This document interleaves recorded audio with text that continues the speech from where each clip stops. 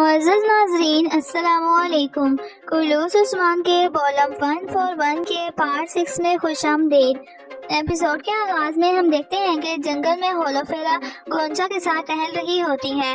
گولچا اور باقی خواتین بھی ان کے پیچھے ہوتی ہیں۔ گونچا کو پریشان دیکھ کر ہولوفیرا کہتی ہے، کیا تمہیں کوئی مسئلہ ہے؟ تو گونچا کہتی ہے، کوئی مسئلہ نہیں۔ اس پر ہولوفیرا کہتی ہے، بالکل ہے، کیوں نہیں؟ کیا ہم نے ایک دوسرے کی مدد نہیں کرنی تھی؟ اس پر گونچا کہتی ہے، اس سب پریشانیوں کے درمیان میں تمہیں پریشان نہیں کرنا چاہتی۔ ہولوفیرا پوچھتی ہے، مہربانی کر کے مجھے بتاؤ، میں بھی چاہتی ہوں کہ میں کچھ دوسری باتوں کے بارے میں سوچوں۔ کیا تمہاری پریشانی کا تعلق علاؤدین صاحب سے ہے؟ میں راز رکھ سکتی ہوں۔ گونچا کہتی ہے، علاؤدین نے مجھے اپنی محبت کا اظہار کر دیا ہے۔ یہ سن کر ہولوفیرا کہتی ہے، یہ تو بہت اچھی بات ہے۔ گونچا مزید کہتی ہے، لیکن میں اسے کوئی جواب نہیں دے سکی۔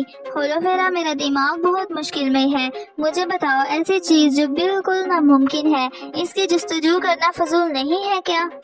تو ہولوفیرا کہتی ہے، یقین کرو میں بھی نہیں جانتی گونچا، میں ہر روز اپنے آپ سے یہی سوال کرتی ہوں، تم بتاؤ تمہارا دل کیا کہہ رہا ہے؟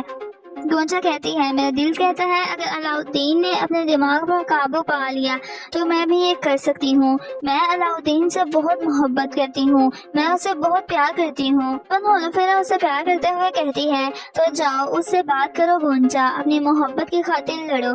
تو گونچا کہتی ہے، کیا تم یہ کہہ رہی ہو اور تم کیا کرو گی؟ اورحان صاحب تم سے بہت پیار کرتے ہیں۔ جواباً ہولوفیرا کہتی ہے، اس نے مجھے اسلام قبول کرنے کو کہا۔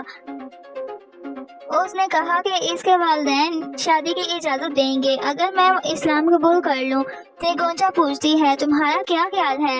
یہ سن کر ہولوفیرا کہتی ہے، مجھے نہیں معلوم گونچا۔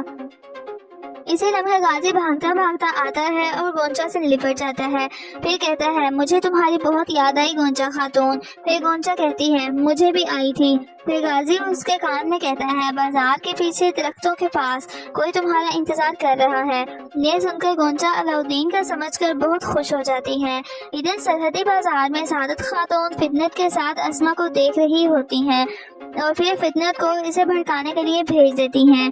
اس کے پاس جا کر ہولوفیرا کو دیکھتے ہوئے کہتی ہے، اگر معاملات اس طرح چلتے رہے تو تم اورحان سے شادی نہیں کر پاؤ گی۔ ہر کوئی تمہارے بارے میں بات کر رہا ہے، کہتے ہیں کہ اسما کی کوئی عزت نہیں ہے، کہتے ہیں کہ تم اس لڑکی کو نہیں روک سکتی۔ جواباً اسما ہولوفیرا کو دیکھتے ہوئے کہتی ہے، میں جانتی ہوں کہ اس کے ساتھ کیا کرنا ہے۔ تو فطنت کہتی ہے، اس کے گلے میں وہ ہاتھ دیکھ رہی ہو، وہ اورحان صاحب کا دیا ہوا ہے۔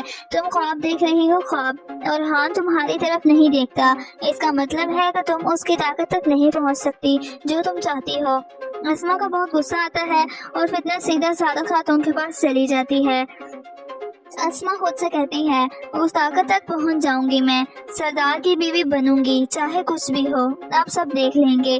یہ کہتے ساتھ وہ غصے میں ہولوفیرا کی طرف بڑھتے ہوئے کہتی ہے، کیا تمہیں روکنے والا کوئی نہیں ہے محترمہ؟ اسے اس طرف دیکھ کر ہولوفیرا کہتی ہے، یہ تم کیا کہہ رہی ہو اسما؟ اسما کہتی ہے، تم ابھی تک میرے منگیتر کے ارد گرد کیوں گھومتی رہتی ہو؟ اس وقت ہولوفیرا اسے پیچھے دھکیلتے ہوئے کہتی ہے، اپنی حد میں رہو ورنہ میں تمہیں اوقات یاد دلانا اچھے سے جانتی ہوں۔ اسما کہتی ہے، کس کی سرزمین پر کسی اسما کہتی ہے، کس کی سرزمین پر کسی اوقات یاد دلانا چاہ رہی ہو؟ پھر اس کی دکان کے کپڑے نیچے پھینکتے ہوئے کہتی ہے، تم یہاں سے جاؤ گی اور اورحان کو چھوڑ دو گی۔ جس پر ہولوفیرا کہتی ہے، مجھے کیا کرنا ہے یہ تم نہیں بتاؤ گی۔